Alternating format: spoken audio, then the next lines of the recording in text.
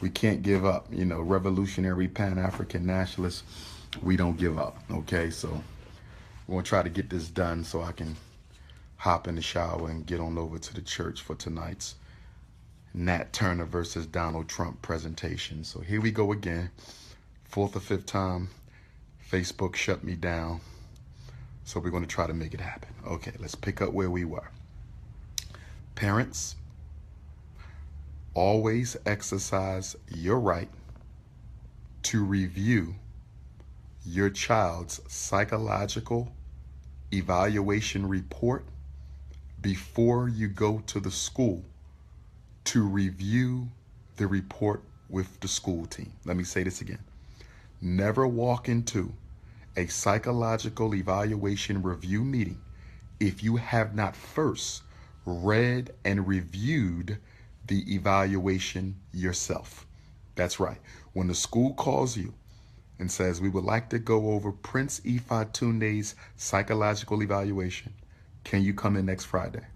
Your response should be, no, I cannot come in next Friday because I want at least a week to review the report so I can be prepared with questions before we meet together. See, what y'all have to understand, there's no way you can be prepared with questions if you haven't been given an opportunity to review the report.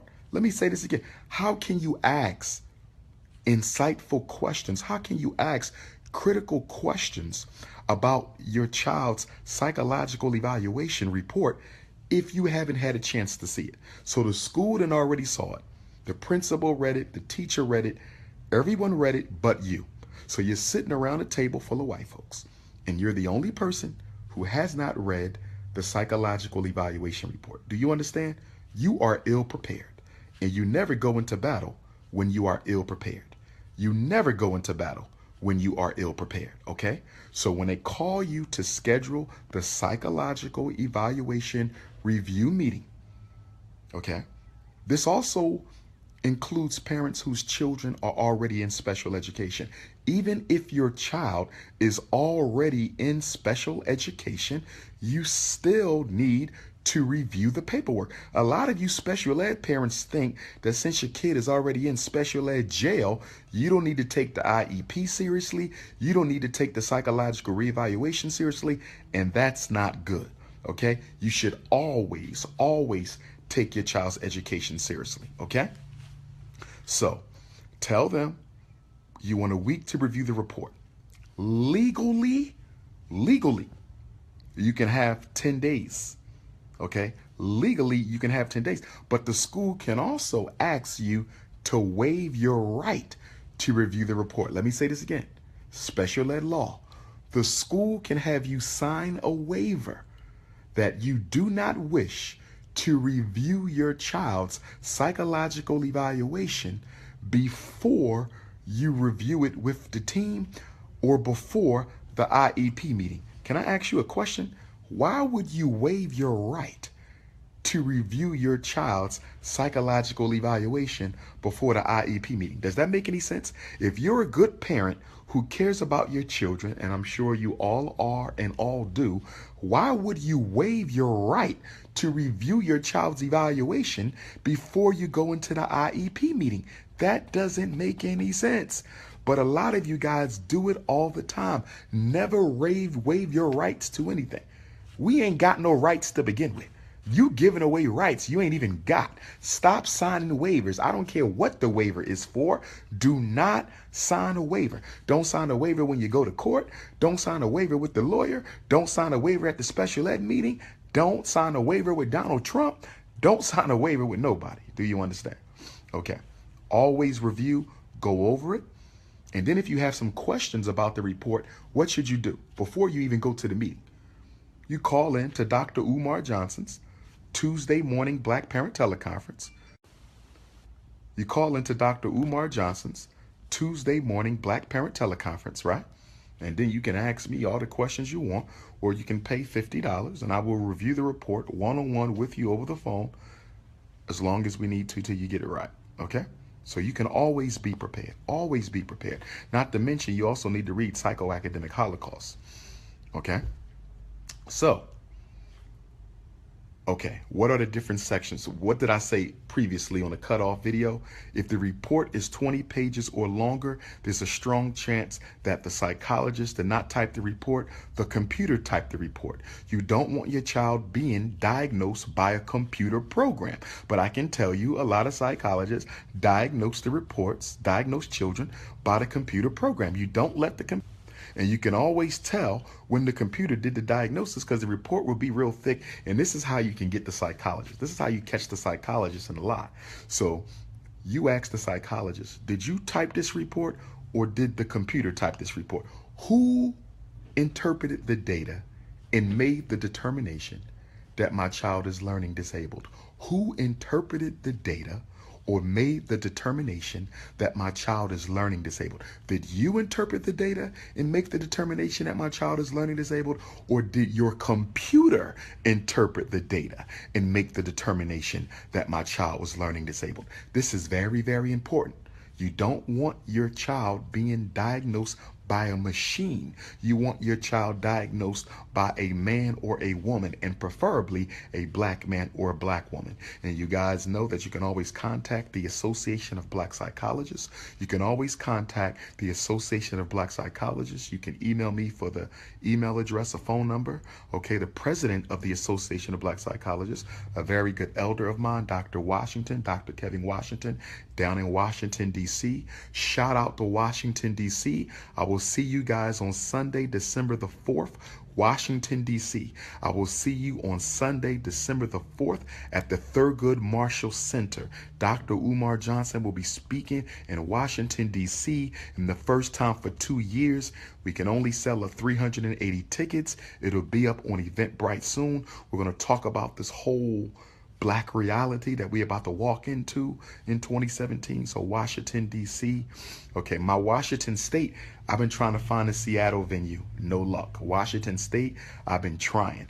Indianapolis, I was going to come to Indianapolis the first day of Kwanzaa, Monday, December 26th, but I found out that the elders of Indianapolis have their Kwanzaa program on Monday, December the 26th, so I don't want to conflict or undermine the elders, so I won't be coming to Indianapolis for Kwanzaa. I tried, okay? But I'll still get back to you guys. I'm just going to work on it. I'm just going to work on it, okay? Greenville tickets, $10 if you get them online, $10, okay?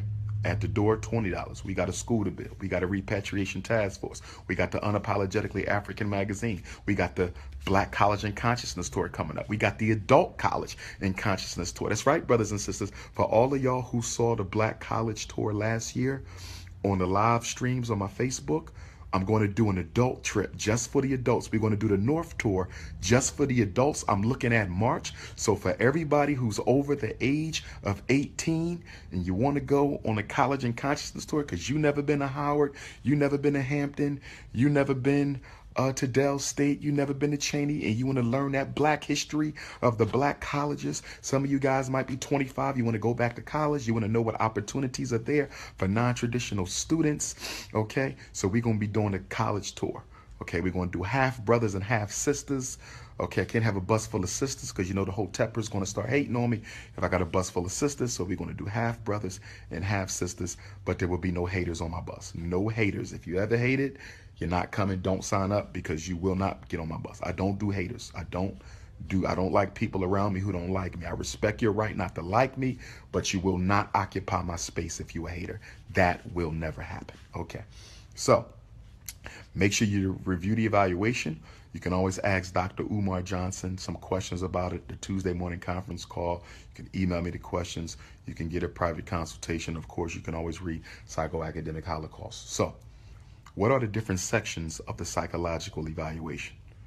No, I have not found my wives yet, Margaret. I haven't found my wife. Some, good perspectives out there, but not married yet. Okay, 2 wives.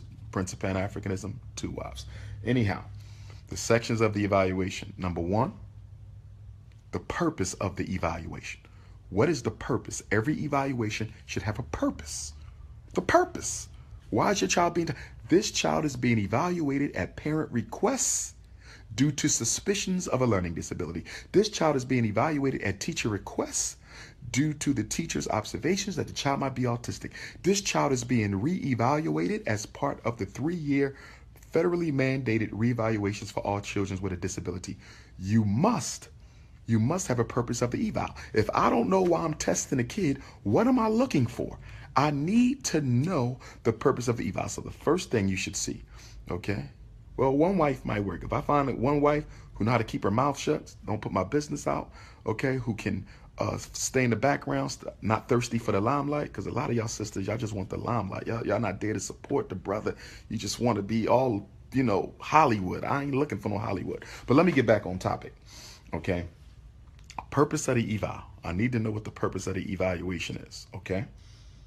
Review of the record. So purpose of the evaluation. And then you have the review of the record. The review of the record says that Dr. Umar Johnson looked at your child's academic folder.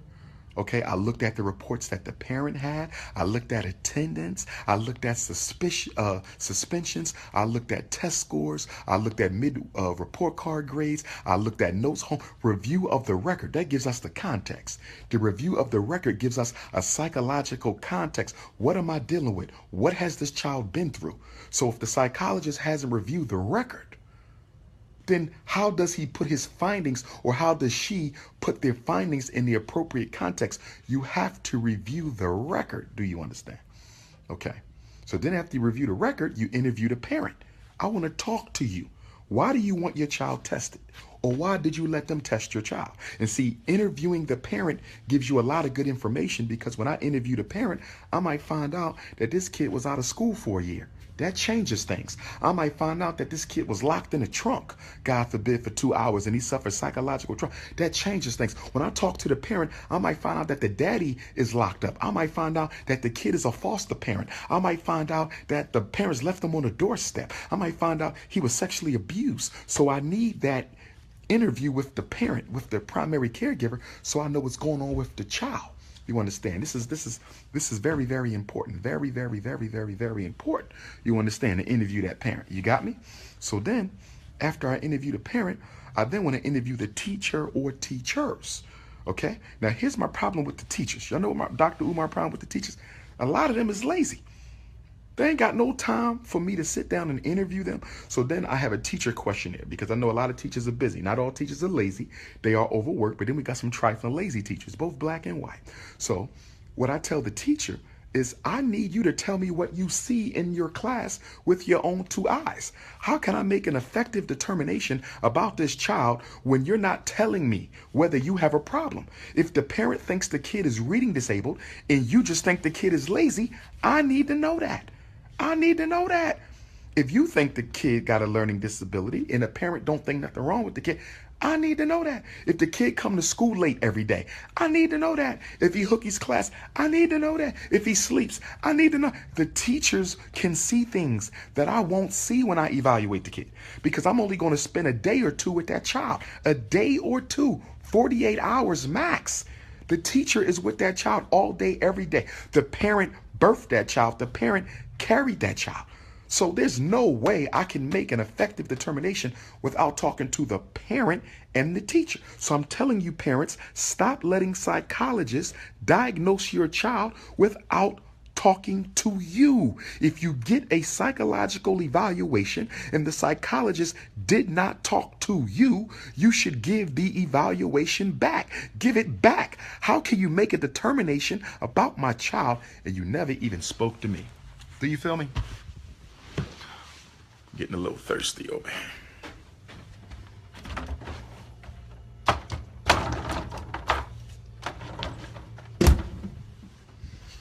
Get me a little juice. Okay. Prince of Pan-Africanism, get thirsty sometimes, you know. It's not easy being me. I got to deal with hoteppers. Got an email yesterday. Somebody want to know where I graduated from now.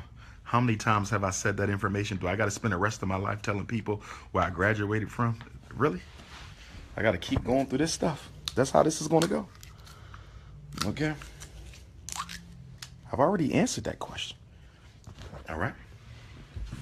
Okay. But you know what the bigger question is? I'm the only one in my age group in the conscious community with a doctorate degree. Nobody else get no questions about why they ain't got a degree. But I get a question where I got my degree. Ain't that crazy?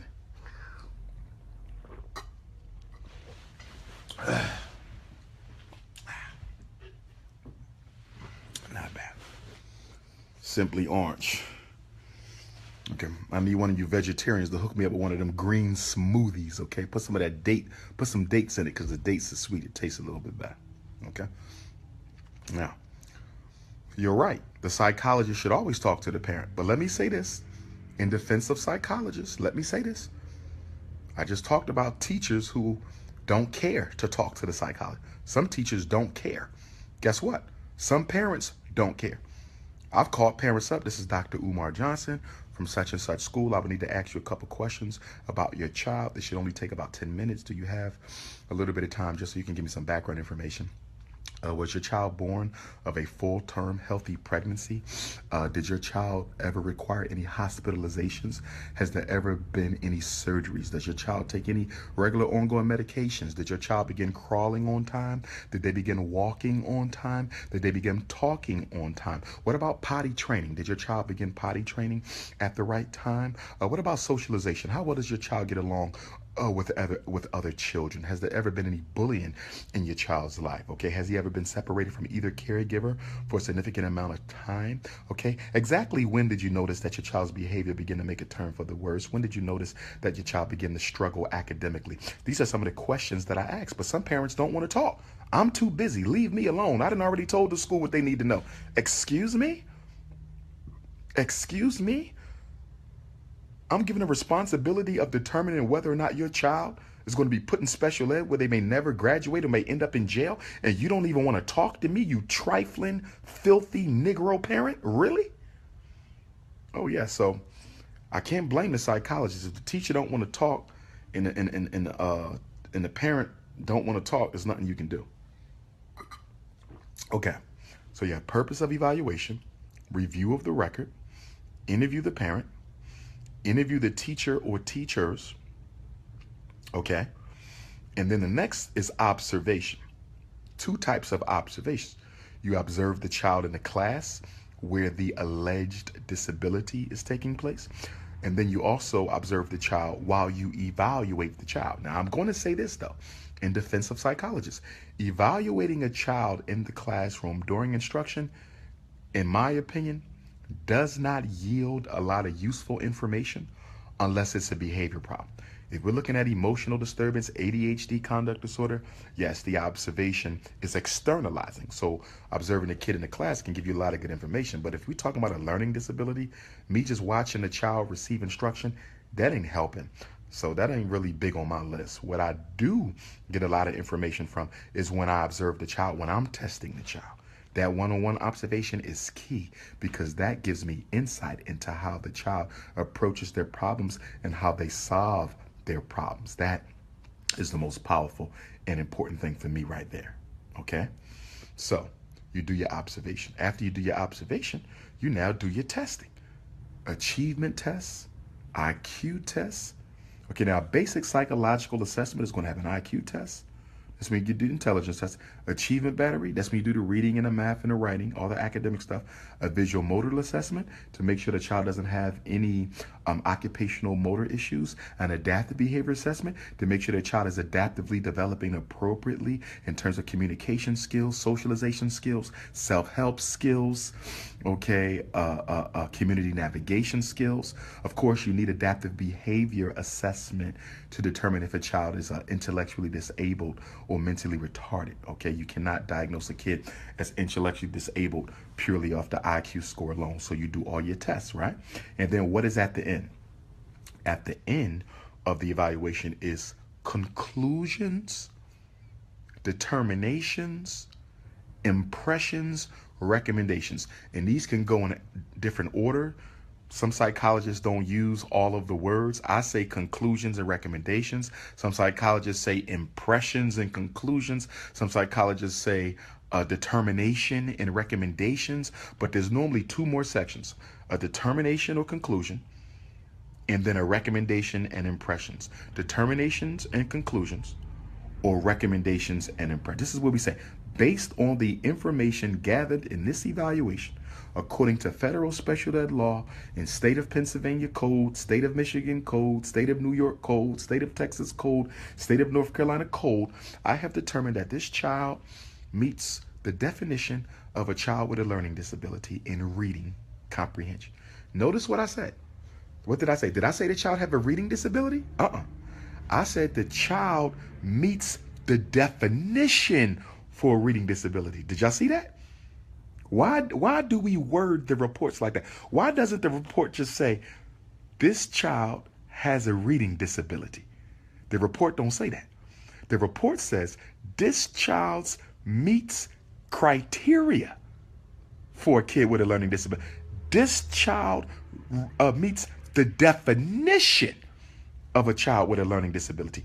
Do you know why we say that? Why do we say that?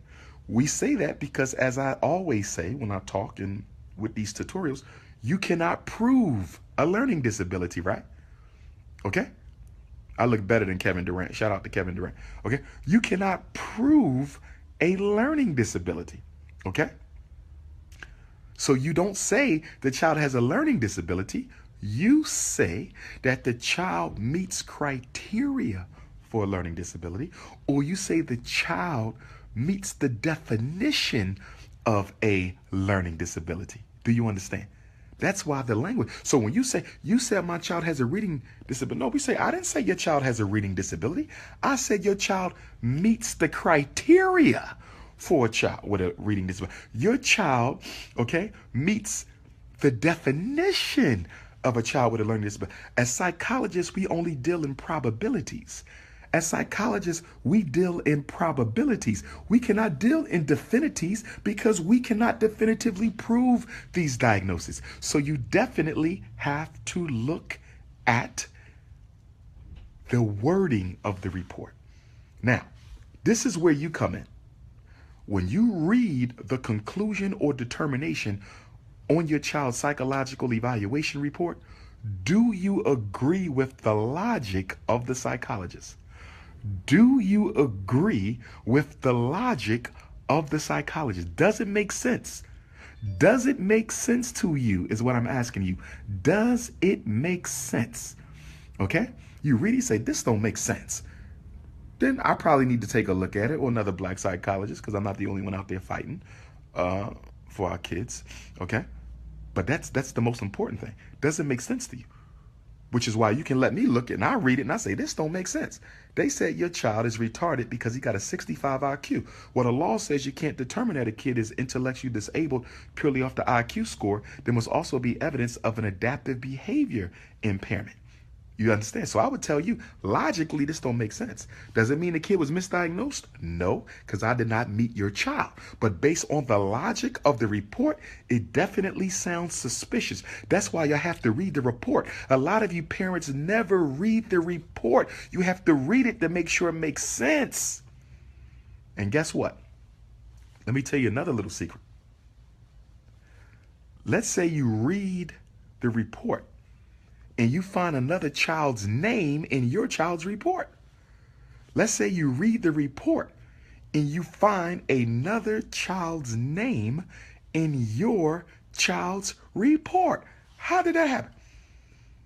Your son's name is Raheem, but the report got Taekwon. Why is Taekwon's name in Raheem's report? You want to know why Taekwon's name is in Raheem's report? Because some of these psychologists are so trifling.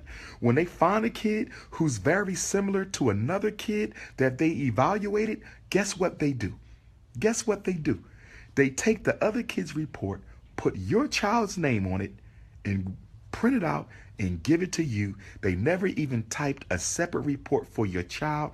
I've seen white folks do this for years and never get in trouble. So if you see another kid's name in your child's report, then guess what?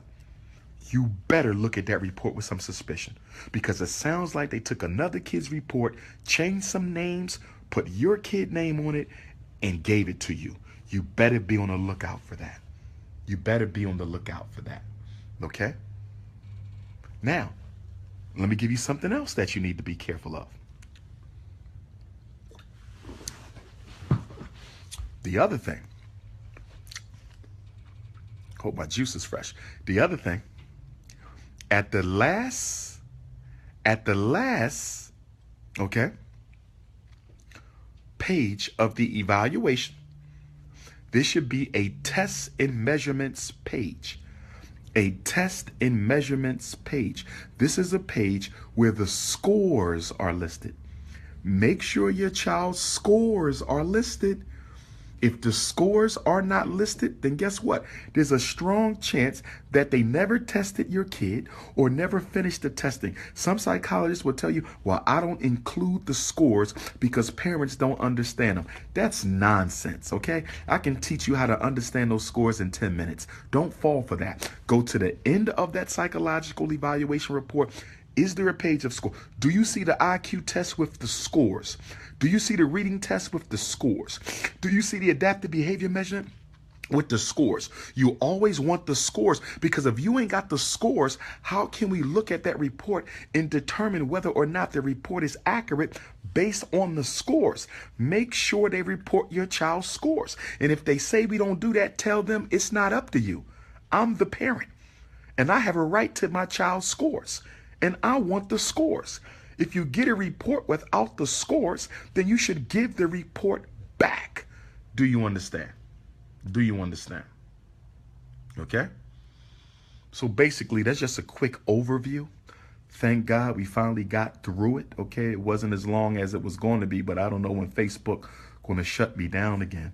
So if this is your first time watching this video, I got 2 previous videos that I just did a few minutes before this one. So just go down my Facebook feed and watch the other 2 in case I left out some information on this third one, because I had to try to attempt this tutorial like 4 or 5 times because they kept on shutting me down. Guess they let me know it's a new boss in the White House. Okay, so that's just a basic overview. Just to recap, parents, review the report before you go to the meeting. Make sure the school gives you the report before you go to the meeting. Okay. Number 2, read the report thoroughly with a highlighter or an ink pen. Okay. Putting question marks and notes where you might have some questions. Okay. Take note if another child's name is in your child's report. Okay. Number 4, be very, very careful if the report is more than 15 to 20 pages. Be very, very careful. Dr. Umar Johnson, my reports are not longer than 10 pages. First of all, you don't need a book. You need to try to find out what's going on with your kid. I've had people come to me and say, Dr. Johnson, your report is only 7 pages. This report that the white psychologist did was 30 pages. I said, I know, because they used the computer and I used my mind. You're one of those people who think more is better. More is not better. It's about the quality over the quantity. If you want the machine to diagnose your kid, then go right ahead. But Dr. Umar Johnson don't play that. Okay? So also you want to look at the conclusions and impressions page. Make sure you agree with the logic of the report. Make sure you look at the conclusions and impressions page. Make sure you agree with the logic of the report. Okay, that's going to be very, very important. Make sure the test and measurements page is at the back of the report. Make sure the test and measurements page is at the back of the report. If the psychologist did not interview you, give the report back. If the psychologist did not get information from the teacher, give the report back. Now, sometimes you can't interview the parent or the teacher, but they can fill out an input form, parent input, teacher input. As long as they fill out the input form, that's almost, it's not as good as an interview. It's not as good, but it is better than nothing. So if the parent filled out an input report, or if the teacher filled out an input report, that would also be acceptable. Not as good as the face-to-face interview, but in these fast times, the interview can be better. Okay? Make sure the psychologist review the record. Make sure the psychologist look at all previous evaluations from your child. I want to see everything. I want to see the medical reports, previous evals. Okay, I want to see it all. The problem is a lot of you parents don't have it all. You ain't got the reports. You ain't got the IEPs. You're disorganized. That's how you can tell if you value your child's education. Parents who value their children's education, they got that stuff organized. They got binders and books and libraries. Parents who don't care about their kids' education, it's not that very organized, okay? So this is the Prince of Pan-Africanism. Just wanted to run through these things. South Carolina tonight. I'm speaking Greenville. Come through.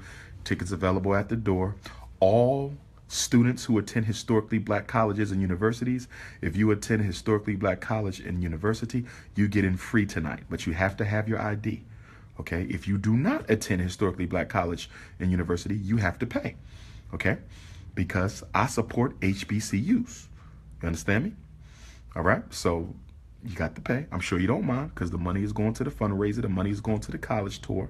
You understand, the money going to a good purpose. All right, but we support HBCUs around these parts. We want to increase the enrollment at historically black colleges. Shout out to all the alumni at the historically black colleges. I really want to do something with the historically black colleges to really try to up the enrollment and push. I think I could really help them.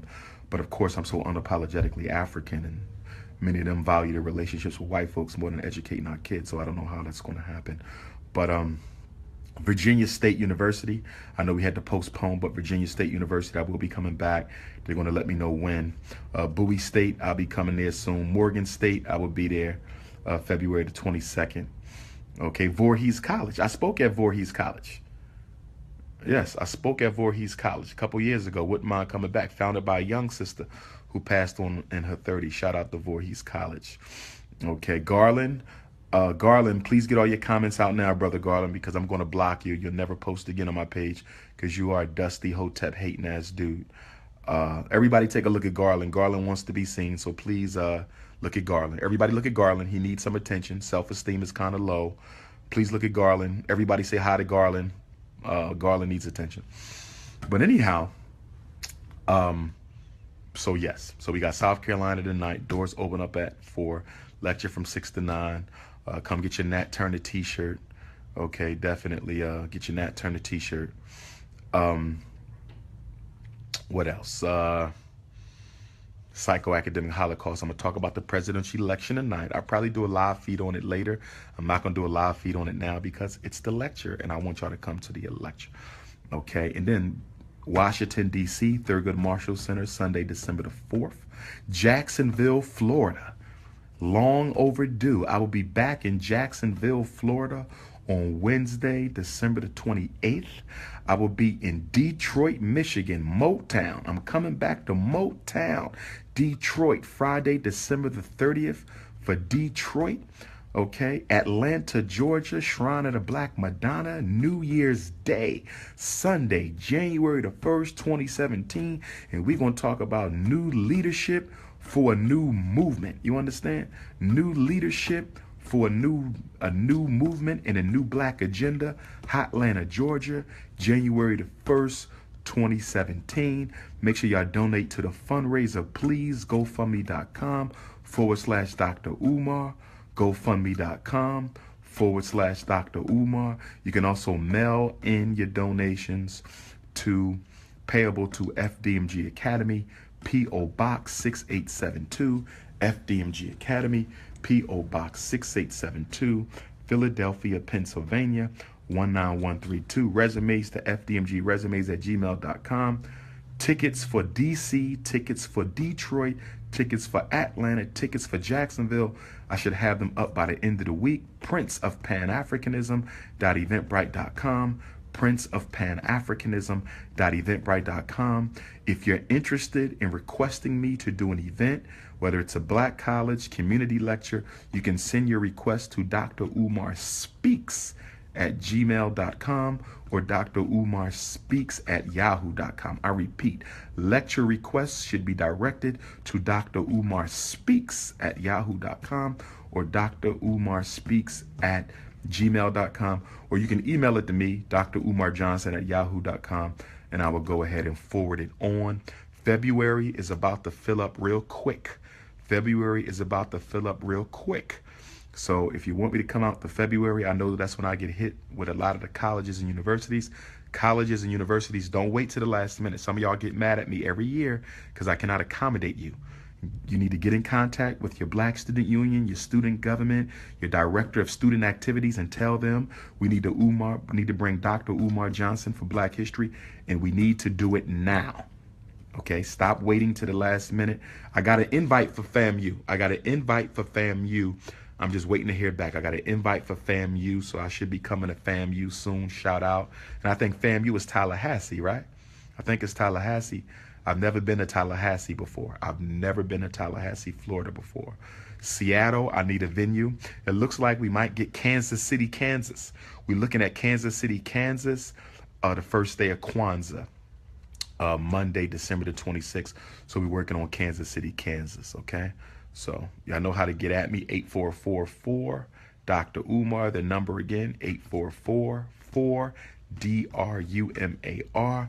You can hit me on a text, 215-989-9858, 215-989-9858. Yes, my brother, almost forgot. Queens, New York, Sunday, December the 11th.